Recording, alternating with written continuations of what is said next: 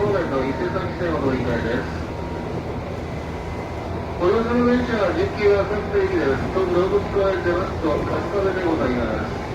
途中の稲荷や北春日部で止まりません。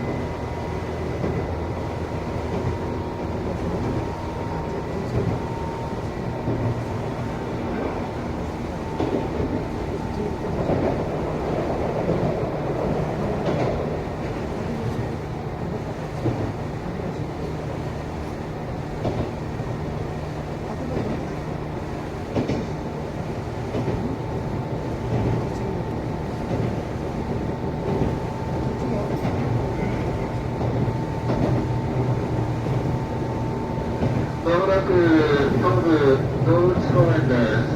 館林大田伊勢崎方面を乗り換えです。